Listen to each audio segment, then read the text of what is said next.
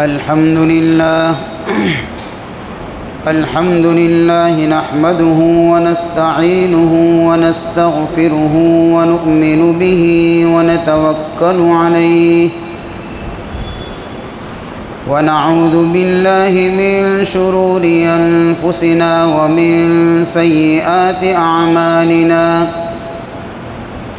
من يهده الله فلا مضل له ومن يضلله فلا هادي له ونشهد أن لا إله إلا الله وحده لا شريك له ونشهد أن سيدنا وسندنا ومولانا محمدًا عبده ورسوله صلى الله تعالى عليه وعلى آله وأصحابه أجمعين أما بعد فأعوذ بالله من الشيطان الرجيم بسم الله الرحمن الرحيم فلا وربك لا يؤمنون حتى يحكموك فيما شجر بينهم ثم لا يجدوا في أنفسهم حرجا مما قضيت ويسلموا تسليما وقال الله تعالى في موضع آخر ألم تر إلى الذين يزعمون أنهم آمنوا بما أنزل إليك وما أنزل من قبلك يريدون أن يتحاكموا إلى الطاغوت وقد أمروا أن يكفروا به ويريد الشيطان أن يضلهم ضلالا بعيدا وإذا قيل لهم تعالوا إلى ما أنزل الله وإلى الرسول رأيت المنافقين يصدون عنك صدودا صدق الله مولانا العظيم وصدق رسوله النبي الكريم ونحن على ذلك لمن الشاهدين والشاكرين والحمد لله رب العالمين درود شریف اللهم صل على سيدنا محمد النبي الأمي وعلى آله وبارك وسلم اللهم صل على سيدنا محمد النبي الأمي وعلى آله وبارك وسلم اللهم صل على سيدنا محمد النبي الأمي وعلى آله وبارك وسلم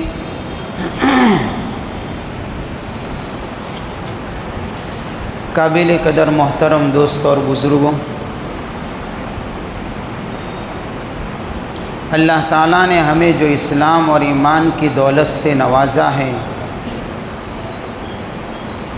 یہ ایک عالمی آفاقی مذہب ہے، ایک مکمل نظام حیات اللہ نے عطا فرمایا ہے، اور ایسا کامل اور مکمل نظام حیات ہے، دستور حیات ہے کہ اس نے ہر زمانے میں ہر طرح کی انسانیت کی رہبری کی ہے۔ ہزاروں حکومتیں بدل گئی، ملت اسلامیہ سے متعدد حوادث ٹکرائے، لیکن کہیں بھی اس کے اندر کوئی کمی اور نقص نہیں آیا۔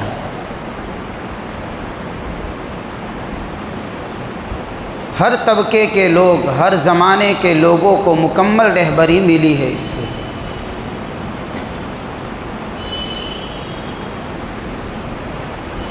یہ ایسا نظام زندگی ہے کہ بندے کی کوئی بھی مشکل ہو اس کا حل یہاں ملے گا، ہر بیمار کا علاج یہاں ملے گا، اس لیے مسلمان ہونے کی حیثیت سے ہم پر تین کام کرنے لازم اور ضروری ہے۔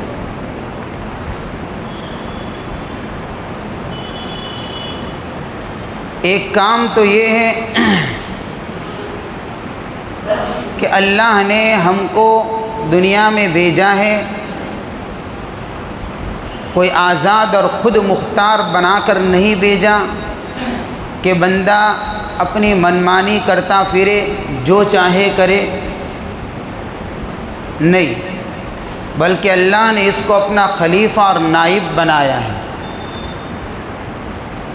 اور جو اللہ کا خلیفہ اور نائب ہو، اس کی ذمہ داری بنتی ہے کہ اللہ کی طرف سے ملے ہوئے اختیار کو اللہ کے قانون کے مطابق استعمال کرے۔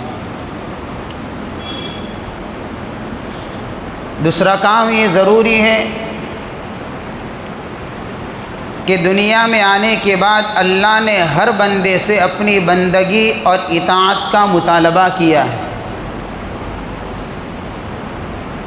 اور اس کے ساتھ میں شیطان لگا ہوا ہے۔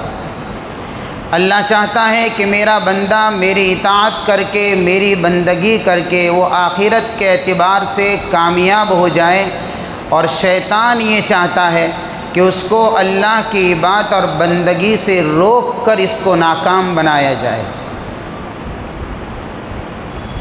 تو ہمیں ہر حال میں اللہ کی اطاعت اور بندگی کو لازم پکڑنا ہے۔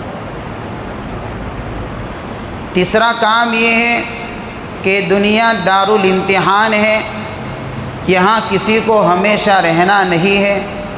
اس دنیا میں رہتے ہوئے جتنی بھی مصیبتیں آئے، جتنی بھی تکلیفیں آئے، جتنی بھی پریشانیاں آئے، اس کے باوجود اگر وہ خدا کے قانون پر جمع رہے گا تو اللہ تعالیٰ اس کو اپنی جنت کا وارث بنائیں گے، اور ایسی پرسکون اس کو زندگی ملے گی کہ جس میں جانے کے بعد اس کو نہ کوئی خوف ہوگا اور وہ نہ غمگین ہوگا۔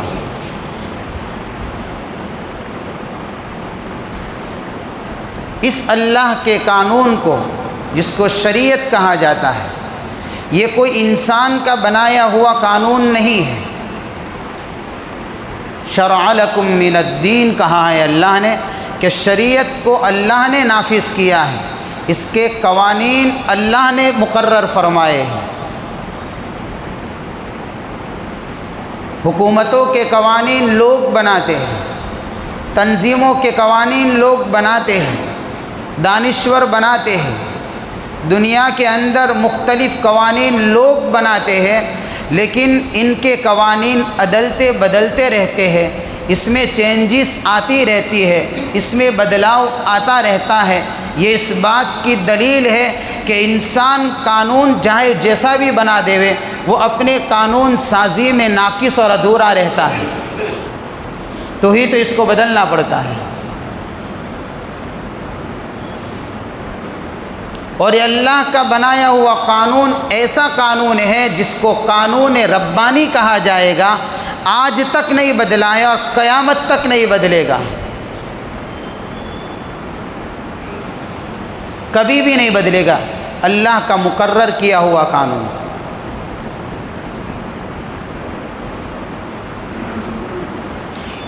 اس لیے اس قوانین کی پابندی اور اس کے مطابق زندگیوں کو بنانا اور گزارنا ایک بندے کے اوپر مسلمان ہونے کی حیثیت سے ضروری ہو جاتا ہے۔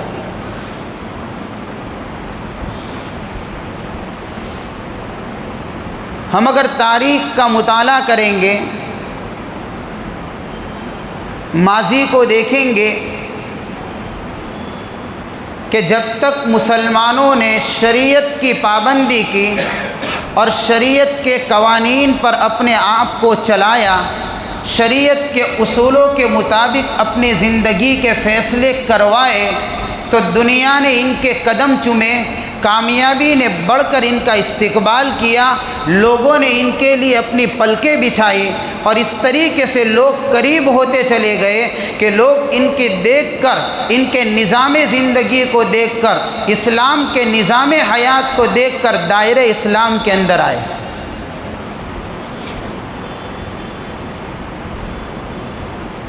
جب تک لوگ قانون شریعت کے پابند رہے تب تک ان کو عزتیں ملی، رفعتیں ملی، بلندیاں ملی، مقام ملا، اسٹیٹس ملا۔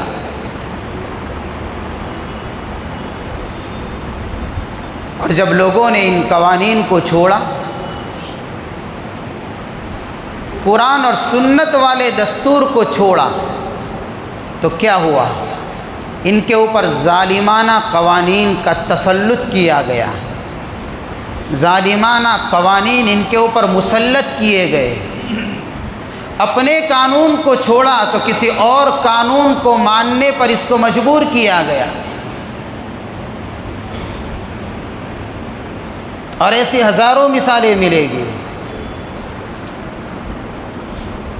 ایک طلاق ہی کا قانون لے لیجئے،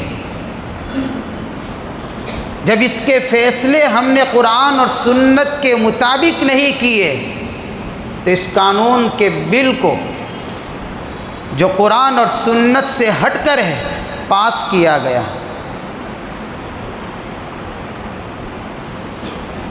کیا ہوگا پھر؟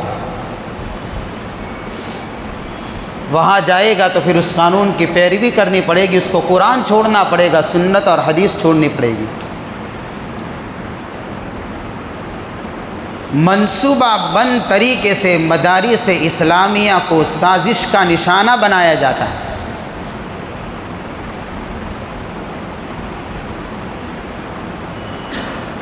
جب ہم نے اپنے دستور کو اور قرآن اور سنت کے طور طریقوں کو چھوڑا تو شرکیہ اعمال کرنے کے قوانین نافذ کرنے کی کوشش کی جاتی ہے۔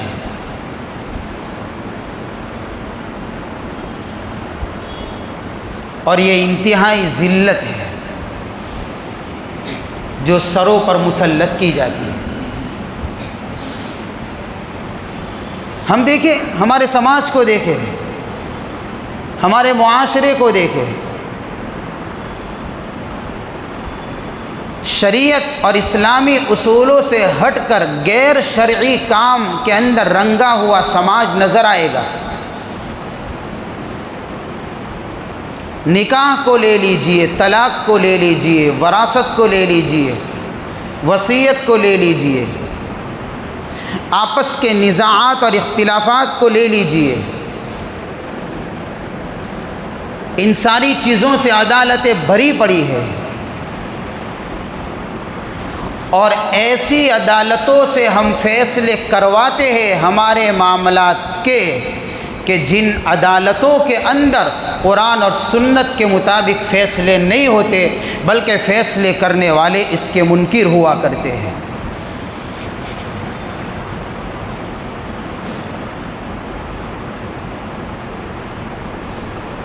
حالانکہ ہونا تو یہ چاہیے تھا کہ اگر دو فریق کے بیچ میں کوئی مسئلہ پیش آ گیا ہے، دونوں مسلمان ہیں، تو دونوں کے دونوں اپنے معاملے کو لے کر قرآن اور سنت پر پیش کرتے اور شریعت جو فیصلہ سناتی اس کے مطابق اپنے آپ کو کھڑا کرتے اور اس فیصلے کے سامنے اپنے آپ کو جھکاتے۔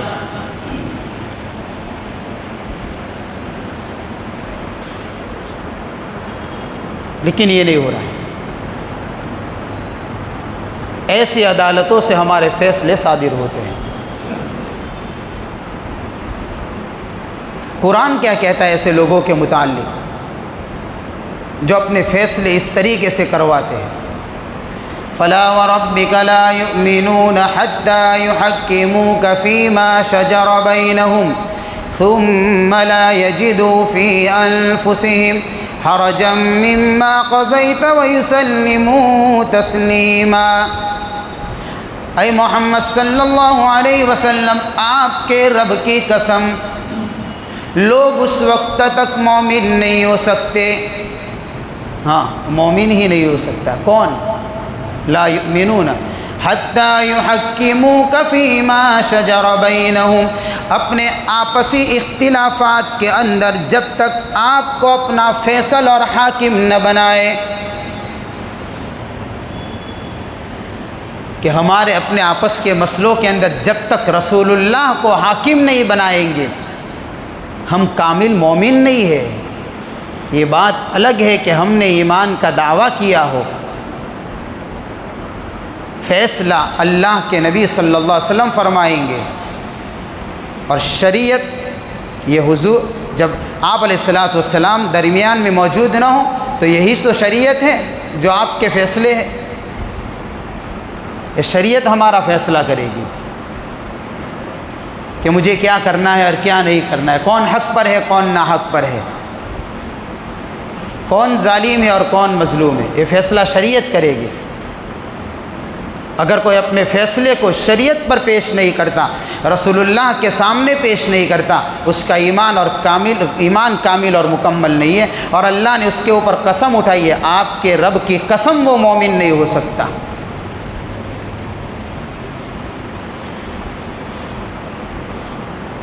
فیما شجر بینہم، اور پھر ثم لا یجدوا فی انفسہم حرجا مما قضیت ویسلموا تسلیما، اور جب آپ فیصلہ سنائے تو اپنے دل میں ذرہ برابر تنگی محسوس نہ کرے، پریشان نہ ہوئے، ناراض نہ ہو کہ شریعت کا فیصلہ تو ایسا ہے، مجھے منظور نہیں ہے، ناراض نہ ہوئے، ہاں، ورنہ ایمان ناقص اور ادھورا ہو جائے گا۔ ہم مسلمان ہیں، ہم شریعت کے ہر فیصلے کو سروں پر اٹھائیں گے، ہر حکم کو مانیں گے ہم۔ وَيُسَلِّمُوا تَسْلِيمًا، بلکہ ہونا یہ چاہیے جیسے فیصلہ سامنے آئے اپنے سر کو جھکا دے وے، قبول کر لے وے، تو کہا جا سکتا ہے کہ مسلمان ہے، تو کہا جا سکتا ہے کہ اس کا ایمان ہے۔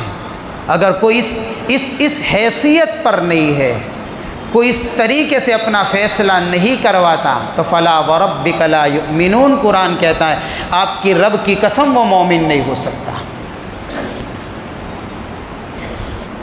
ایک دوسری جگہ پر قرآن کہتا ہے أَلَمْ تَرَ إِلَى الَّذِينَ يَزْعُمُونَ أَنَّهُمْ آمَنُوا بِمَا أُنزِلَ إِلَيْكَ وَمَا أُنزِلَ مِن قَبْلِكَ، کیا آپ نے نہیں دیکھا ان لوگوں کو جو دعویٰ تو کرتے ہیں اس بات کا کہ ہم آپ پر اتاری ہوئی کتاب پر ایمان لائے، دعویٰ تو ہے ایمان لانے کا، اور آپ سے پہلے جو کتابیں اتاری گئی اس پر بھی ایمان لائے، دعویٰ تو ہے، لیکن کرتے کیا ہیں؟ یریدون ان یتحاکموا الی الطاغوت، اور چاہتے یہ ہے کہ وہ اپنے مقدمے لے جائے شیطان کے پاس، وہاں جا کر فیصلے کروائے۔ وَقَدْ أُمِرُوا أَن يَكْفُرُوا بِهِ، حالانکہ ان کو کہہ دیا گیا ہے کہ ان باتوں کو نہ ماننا، ایسی جگہ پر مقدمے لے کر مت جائیے، ان کو سمجھایا گیا ہے۔ وَقَدْ أُمِرُوا أَن يَكْفُرُوا بِهِ، کہ کیوں؟ وَيُرِيدُ الشَّيْطَانُ أَن يُضِلَّهُمْ ضَلَالًا بَعِيدًا، اس لیے کہ شیطان تو یہ چاہتا ہے کہ لوگوں کو گمراہ کر کے اتنا دور لے جا کر پھینک دے کہ گمراہی کے دلدل میں پھنس جائے۔ ایسی جگہ پر فیصلے ہوں گے تو کیا ہوگا؟ یہ کام ہوگا۔ اب آگے کی آیت ذرا دل پر ہاتھ رکھ کر سنیے گا۔ وَإِذَا قِيلَ لَهُمْ تَعَالَوْا إِلَى مَا أَنزَلَ اللَّهُ وَإِلَى الرَّسُولِ، اور جب ان سے کہا جاتا ہے آؤ شریعت کی طرف، اللہ کے حکم کی طرف، اللہ کی کتاب کی طرف اپنے فیصلے لے کر آؤ، رسول اللہ کے پاس فیصلے لے کر آؤ، رَأَيْتَ الْمُنَافِقِينَ، تو آپ منافقین کو دیکھیں گے، وَيَصُدُّونَ عَنْكَ سَبِيلِ اللَّهِ، آپ کو دیکھ کر راستہ بدل دیں گے، وہ اپنے فیصلے وہاں لے کر نہیں جائیں گے۔ کس کو کہا جا رہا ہے؟ جو ایمان کا دعویٰ کرتا ہے، قرآن کی آیت کہہ رہی ہے، جس کو اس بات کا دعویٰ ہے کہ میں مومن ہوں اور فیصلہ ایسی جگہ پر لے کر جاتا ہے،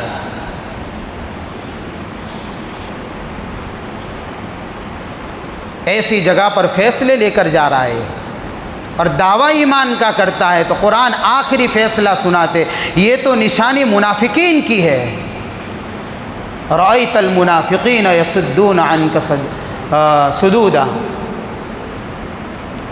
تو منافقین کو دیکھیں گے راستے بدل دیں گے. اللہ کا فیصلہ منظور نہیں، رسول اللہ کا فیصلہ منظور نہیں، قرآن کا فیصلہ منظور نہیں اس کو. ہاں، اس آیت کے ماتحت مفسرین نے ایک واقعہ لکھا ہے. ایک یہودی اور ایک منافق کے درمیان میں کسی زمین کے معاملے میں اختلاف ہو گیا. اب وہ تو منافق تھا، بظاہر مسلمان تھا. یہودی حق پر تھا، منافق ناحق تھا. کسی معاملے میں اختلاف ہوا تھا. یہودی اس کا مزاج یہ تھا، اس کی سوچ یہ تھی کہ یہ فیصلہ رسول اللہ کی عدالت میں پہنچے، اس لیے کہ اس کو یقین تھا کہ چاہے میں مسلمان نہیں ہوں لیکن نبی انصاف پسند ہے، فیصلہ میرے ہی حق میں آئے گا، میں حق پر ہوں. اور اس بات کو منافق بھی جانتا تھا، اس لیے منافق یہ چاہتا تھا کہ یہ فیصلہ رسول اللہ کی عدالت میں نہیں لے جانا، یہ فیصلہ کعب بن اشرف ایک یہودی تھا اس کی عدالت میں لے کر جانا ہے. کہ کیوں؟ کہ وہاں پر اپنی مرضی کا فیصلہ میں کروا سکوں گا. لوگ قرآن اور سنت کو چھوڑ کر ان عدالتوں میں فیصلے اس لیے لے جاتے ہیں، ایک وجہ یہ ہے کہ وہ ناحق ہوتے ہیں، وہ جانتے ہیں ہم غلط راستے پر ہیں، یہاں پر جائیں گے تو ہمارے حق میں فیصلہ سنایا جا سکتا ہے.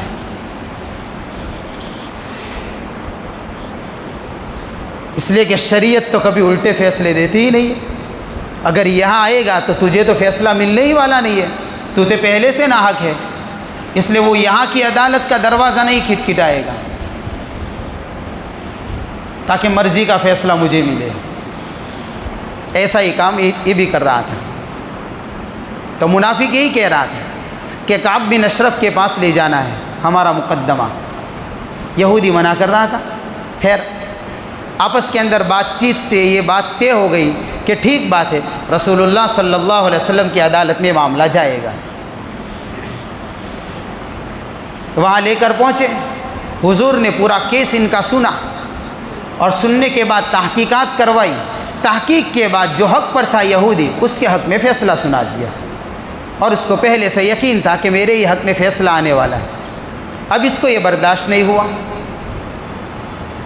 پریشان ہو گئے. کرے تو کیا کرے؟ تو اس کو ایک ترکیب سوجی اور اس نے یہ سوچا کہ حضرت عمر رضی اللہ تعالیٰ عنہ کے پاس جانے جیسا ہے، اس لیے کہ عمر کافروں کے حق میں بڑا سخت آدمی ہے، اس لیے اگر وہاں جائیں گے تو وہ میرے حق میں فیصلہ کر دیں گے، اس لیے کہ یہود تو کافر ہے. اب پھر بحث چلی،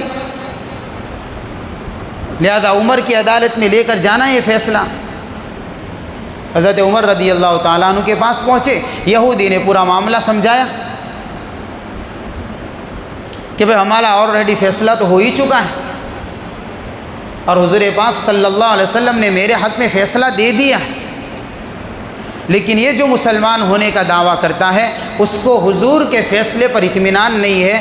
اطمینان کے لیے آپ کے پاس آئے. حضرت عمر رضی اللہ تعالیٰ عنہ نے اس کو پوچھا کہ سچ بتا رہا ہے؟ کہ ہاں یہ سچ کہہ رہا ہے. اطمینان کے لیے آپ کے پاس آئے. حضرت عمر رضی اللہ تعالیٰ عنہ گئے اندر، تلوار لے کر آئے، اس کی گردن اڑا دی اور کہا جو رسول کا فیصلہ نہ مانے میرا یہ فیصلہ اس کے لیے ہے.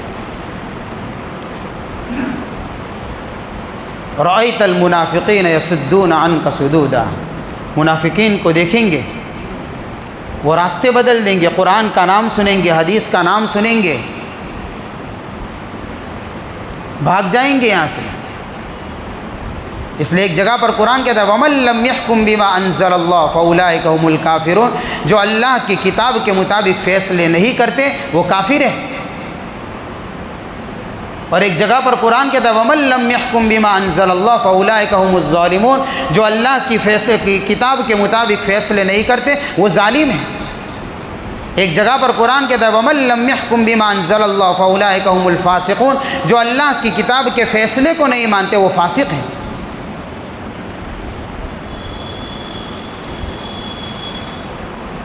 ہم مسلمان ہیں میرے بھائی، ہماری نسبت اسلام سے ہے. اللہ نے ہمیں جو شریعت کے جو قوانین دیے ہیں، یہ اسلام کوئی صرف نماز روزے اور چند عبادتوں کا نام نہیں ہے. اسلام ایک مکمل نظام حیات کا نام ہے، ایک مکمل نظام زندگی کا نام ہے، جو ہر شعبے کے اندر آتی ہے یہ چیز. اس لیے ہمارے زندگی کے ہر شعبے میں اسلام کی جھلک نظر آنی چاہیے. اس میں سے ایک حصہ ہے جس کو آئینی قوانین کہا جاتا ہے، پرسنل لا کہا جاتا ہے، فیملی لا کہا جاتا ہے، جس کے اندر جیسے نکاح ہے، طلاق ہے، وراثت ہے، وصیت ہے، ہبہ ہے، ایسے معاملات جو انسان کی پرسنل زندگی سے تعلق رکھتے ہیں، یہ سارے معاملات آتے ہیں. اور دستور ہند حکومت کے قانون کے مطابق اس کے اندر ہر ایک کو اپنے پرسنل لا کے مطابق فیصلہ کرنے کا حق حاصل ہے. باقاعدہ اس کے تحفظ کی ضمانت دی گئی ہے آرٹیکل 25 کے اندر.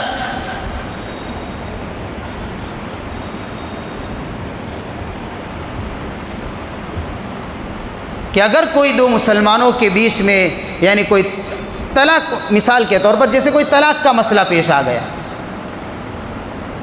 تو ان دونوں کا یہ حق ہے کہ اپنے فیصلے کو اپنی شریعت کے مطابق ہی کروائے. اور یہ خلاف قانون نہیں ہے، یہ قانون ہی ایسا بنا ہوا ہے، ہمارے دستور ہی یہ ہے، یہ ان لیگل چیز نہیں ہے. اس لیے کوئی یہ نہ سمجھے کہ یہ تو خلاف قانون بات ہے، نہیں، دستور ہند کے اندر یہ چیز موجود ہے. اور اس وقت جب ہندوستان آزاد ہوا تھا، اس وقت کہا گیا تھا مسلمانوں نے اس ملک کے اندر اپنی پسند سے جو رہنا پسند کیا ہے، ان وجوہات میں سے ایک وجہ یہ ہے کہ یہ بات برسر عام اعلان کے اندر کہی گئی تھی کہ یہاں رہتے ہوئے پرسنل لا میں کوئی طرح کی چھیڑ چھاڑ نہیں کی جائے گی، مذہبی آزادی مکمل طور پر ان کو دی جائے گی.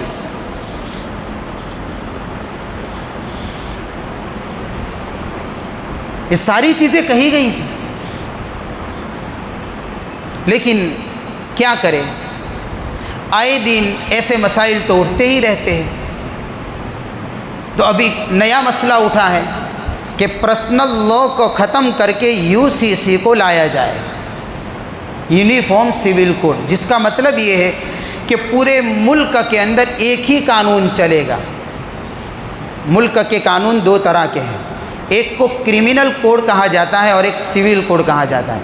کرمنل کوڈ کے ساتھ جو قوانین ہیں جس کے اندر جرائم کی سزا اور بعض انتظامی امور آتے ہیں جو کرمنل کوڈ کے دائرے میں آتے ہیں، جیسے کسی نے چوری کر دی، کسی کا قتل کر دیا، یا کسی کو اس طریقے سے کوئی ڈکیتی کر دی، تو کیا کرنا چاہیے؟ تو یہ اس کا فیصلہ کرمنل کوڈ کے ماتحت میں ہوگا. اور اس میں سارے کے سارے ملک کے لوگ، مسلمان ہو کہ نہ ہو، سب کے سب لوگ برابر ہیں،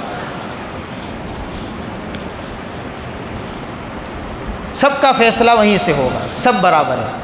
اور ایک ہے سول کوڈ یا پرسنل لا، یعنی اب یہاں پر ملک کے اندر جس طریقے سے مسلمان رہتے ہیں، اس طریقے سے مختلف تہذیب کے لوگ رہتے ہیں، مختلف تہذیبوں کے لوگ رہتے ہیں. عیسائی ہے، بدھ ہے، ہندو دھرم سے تعلق رکھنے والے لوگ ہیں، اور اس طریقے سے آدیواسی کہے جاتے ہیں، اور دلت سماج کہا جاتا ہے، اور اس طریقے سے قبائلی لوگ رہتے، یعنی بہت ساری ذاتیں ہیں. اور ہر یعنی کہ کمیونٹی کا اپنا ایک پرسنل لا ہے، اس کی ایک تہذیب ہے، اس کا ایک کلچر ہے. وہ اپنی تہذیب، اپنے کلچر کے مطابق وہ اپنے کام کاج انجام دے سکتے ہیں. یہ ہر ایک کو دیا گیا ہے، ایسا نہیں کہ صرف مسلمان ہی کو، ہر تہذیب کے ماننے والے کو. اور یہ ہندوستان کا حسن ہے، یہ رنگا رنگی، یہ ہندوستان کا حسن ہے.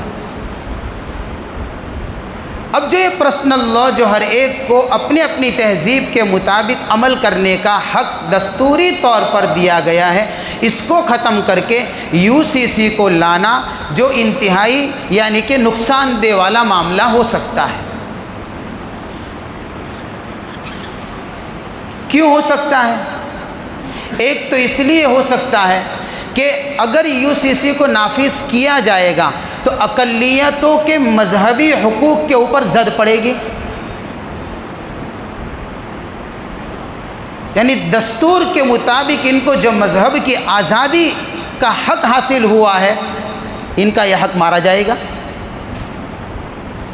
یہ دستور کے خلاف ہوگا کام۔ اگر یو سی سی کو نافذ کیا جائے گا تو یہ مسئلہ کھڑا ہوگا۔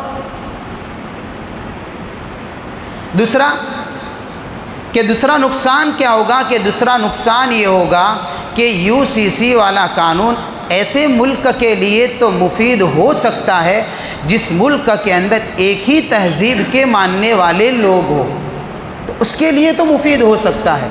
اب جہاں پر مختلف تہذیب کے لوگ رہتے ہیں، یہ رنگا رنگی ہے، ہر ایک کا کلچر الگ ہے، ہر ایک کی تہذیب الگ ہے، ہر ایک کا یعنی کہ اس کا رسم اور رواج الگ ہے، اور ہر ایک اپنے رسم اور رواج کے مطابق اپنے کام کاج کو انجام دے سکتا ہے۔ اگر یو سی سی کو نافذ کیا جائے گا تو ظاہر سی بات ہے ہر ایک کی تہذیب کے اوپر اثر پڑے گا۔ اور ایک بات یاد رکھیے، یہ یو سی سی والا قانون مسلمان کے خلاف نہیں ہے۔ ایک بات ذہن میں بٹھا دیجئے، صرف مسلمان کے خلاف نہیں ہے، سب سے زیادہ یہ قانون یہ دوسری تہذیب کے لوگوں کے خلاف ہے۔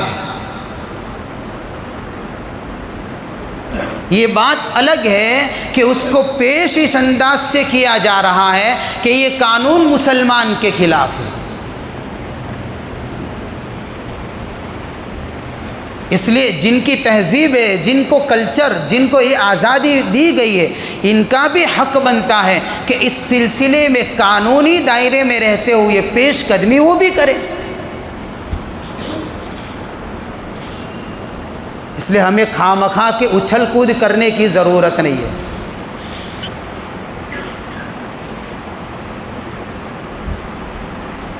اس لیے اس بات کو ذرا ذہن میں رکھیں۔